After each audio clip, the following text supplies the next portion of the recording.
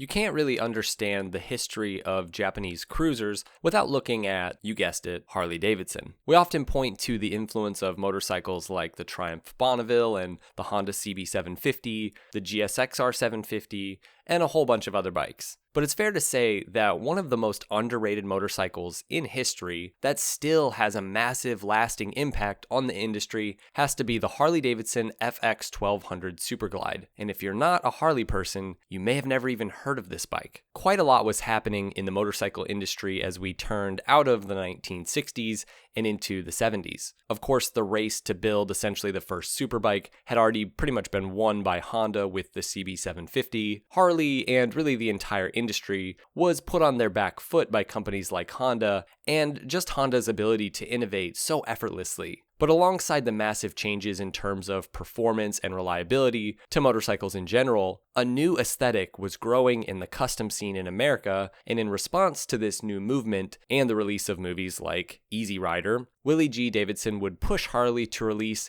what is essentially the first ever factory custom motorcycle as we know them today, which is the FX 1200 Superglide in 1971. The simple genius of this motorcycle is really the same genius still today in, Harley and many companies' lineups. You can take existing main components, sort of mate them with, a few custom trendy bits taken straight from the custom scene, and voila, you have yourself an entirely new, unique, custom factory motorcycle. But it's what happened after Harley released the FX 1200 Superglide to the world that would really change everything. And the first company to really copy this factory custom in the style of, American customs was Norton, believe it or not, with the 1971 High Rider. Now, Norton's attempt at a custom cruiser is one of the single worst in motorcycle history, second only probably to the Cajiva Indiana in terms of poor attempts at making a cruiser.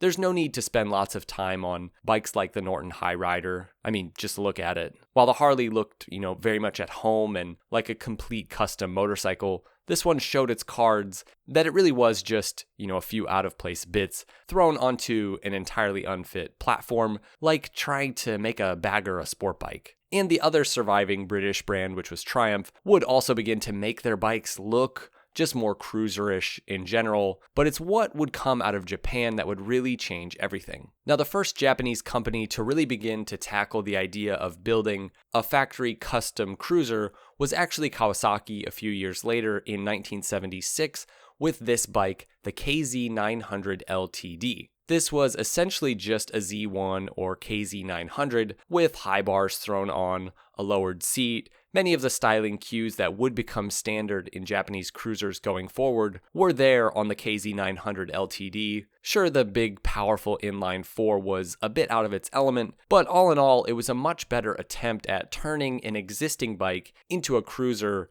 than, for example, what Norton had done or obviously what Cajiva would do. Now, Yamaha took a different approach to making a cruiser. The company's first big inline 4 was coming down the pipeline in 1978, but they decided to take an existing and not exactly popular twin from their lineup, which was the XS650, and make this bike the 650 Special. Dealers had already been taking the XS650 at this point and dressing it up as a cruiser, so the company decided to use it to make their first production cruiser, and this bike is in many ways sort of the father of production Japanese cruisers going forward. The Special would take many forms going forward and really be a great seller for Yamaha. It was also the precursor in terms of styling to one of the most iconic and important, fully dedicated early Japanese cruisers, the Virago. More on that bike in a bit. Around the same time, Suzuki was cooking up their own cruiser Happy Meal, known as the Low Slinger models, which were based on, again, existing inline 4 platforms.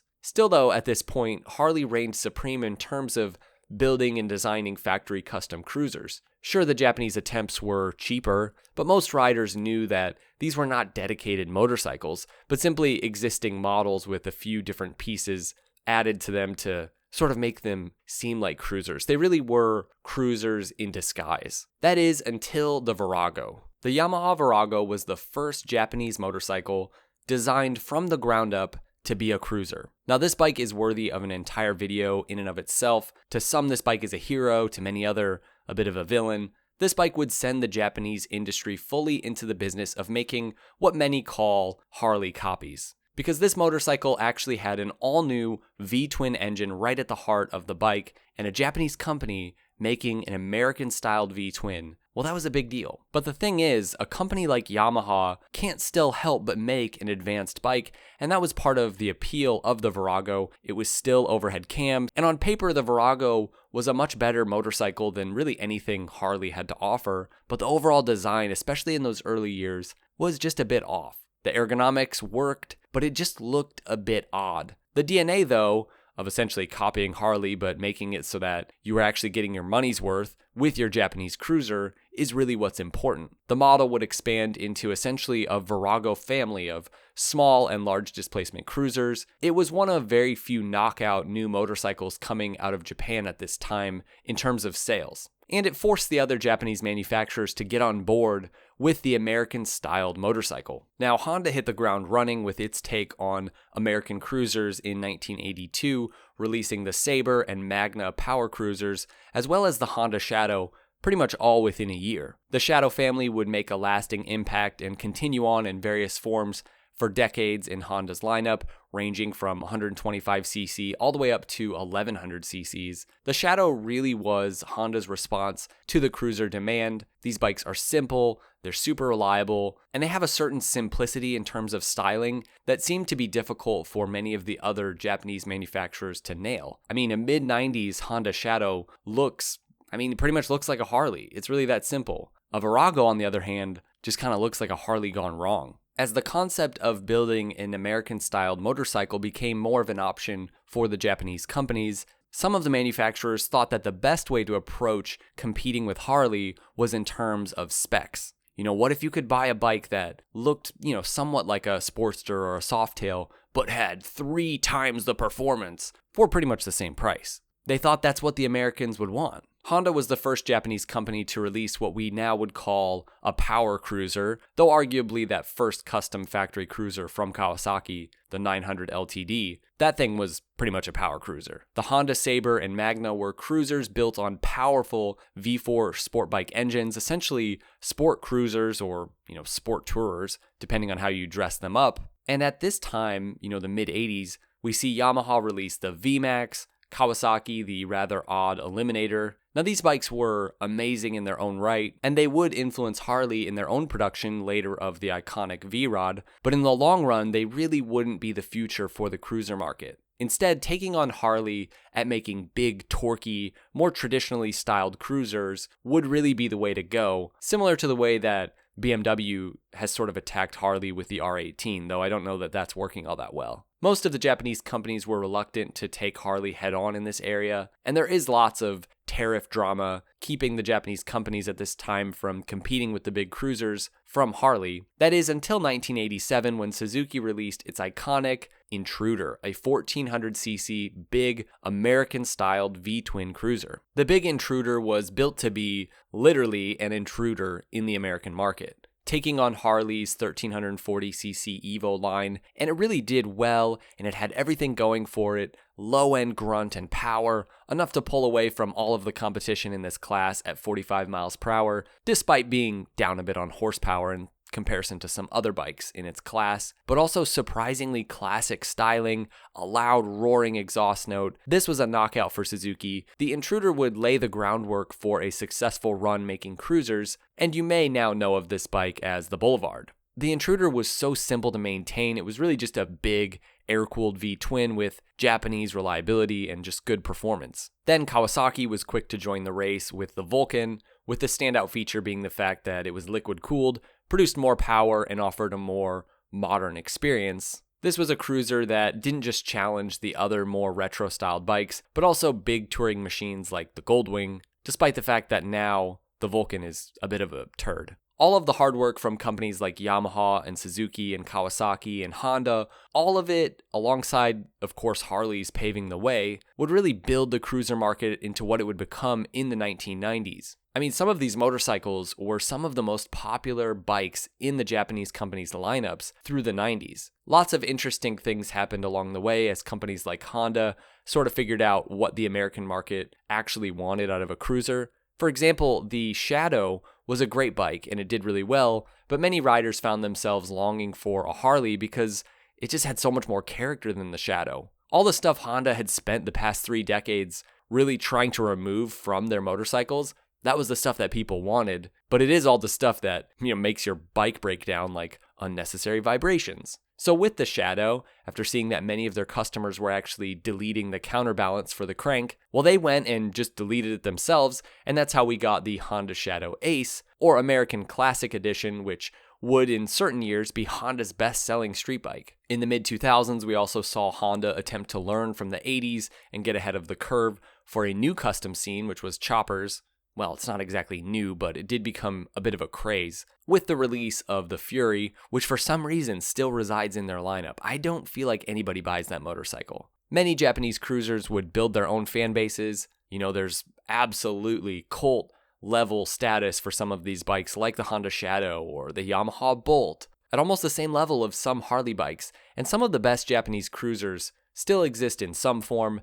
Think bikes like the Honda Rebel. But a bike like the Rebel isn't really at all a competitor to Harley's classic cruisers anymore. As time went on though, slowly Japanese cruisers kind of petered out, never to die altogether, but Harley really did win, and I think there's quite a few good reasons for that. First, we have to consider why people are interested in these kinds of motorcycles in the first place, which often was and still is a sense of nostalgia, a longing for the motorcycles of old, and you can't manufacture that.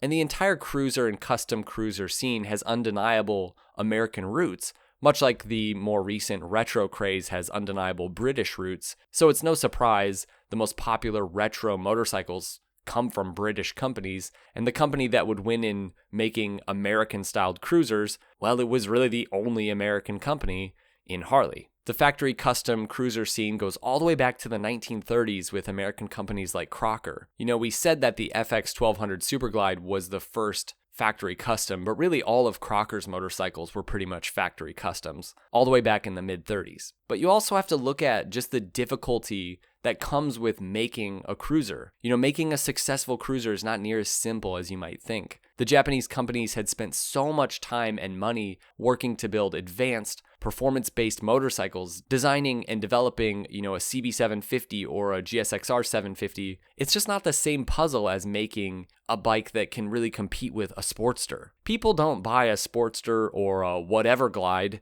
because it's categorically the best motorcycle for the task at hand, or at all worth what you're paying for it. It's something so much deeper than that, and it's something that very few Japanese cruisers were ever able to capture. There's simply nothing like the sound and feel of a Harley, and it's entirely an anomaly within the industry. No company has been able to keep making their motors so freaking old feeling, at least until recently, and that's why I think abandoning all of that the way that Harley is at this point just doesn't seem like the way forward. It seems like the cruiser scene from the 90s on has not only been entirely dominated by Harley because of everything we've just said, but also cruisers have in many ways been replaced in the general riding community by retro bikes. Even Harley is giving up these characterful, emotive machines for new liquid-cooled machines, so you've got to think that it's because sales aren't great. But when you think about what riders are wanting from a retro bike and really what makes a great retro motorcycle, it's pretty much the same as cruisers during their heyday.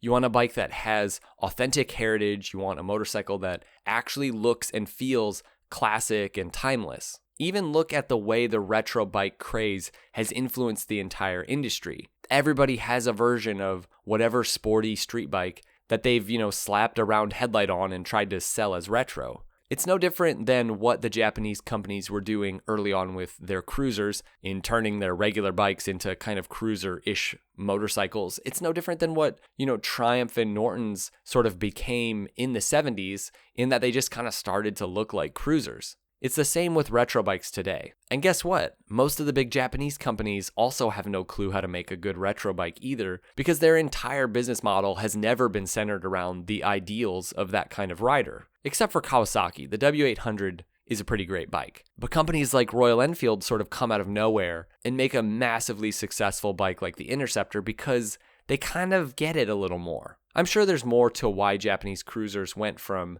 being such a craze and such a focus for companies to essentially being an afterthought at this point. And I would love to hear from you guys. Have you owned and ridden any Japanese cruisers? I'm sure some of you have. Let us know what you think in the comments below, and we'll see you guys in the next one.